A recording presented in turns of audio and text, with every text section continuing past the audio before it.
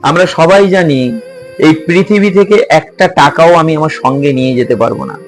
আমরা সবাই জানি আমরা 500 বছর বাঁচতে পারবো না, 1000 বছর বাঁচতে পারবো না। তারপরেও তাহলে আমরা অন্যায় কেন করি, আমরা কেন পাপ করি? আমার ব্যক্তিগতভাবে মনে হয় আমরা অন্যায় বা পাপ এই কারণেই করি, কারণ আমরা আমাদের মৃত্যুকে ভুলে যাই।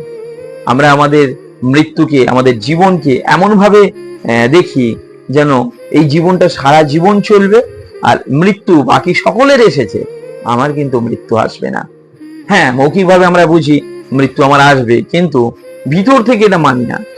মৃত্যু থাকা সত্ত্বেও যখন আমরা এত অন্যায় করছি, ভাবুন মৃত্যু না থাকলে আমরা কি করতাম? আমরা কাউকে শান্তিতে বাঁচতে দিতাম না। কারোর হাত নেই, কারোর পা নেই, কারোর কান নেই, কারোর নাক নেই, চোখ নেই। একটা মানুষ আর একটা মানুষকে খুপলে খুপলে খাবে। মৃত্যু আছে বলেই তাই সবাই তবু একটু সংযত।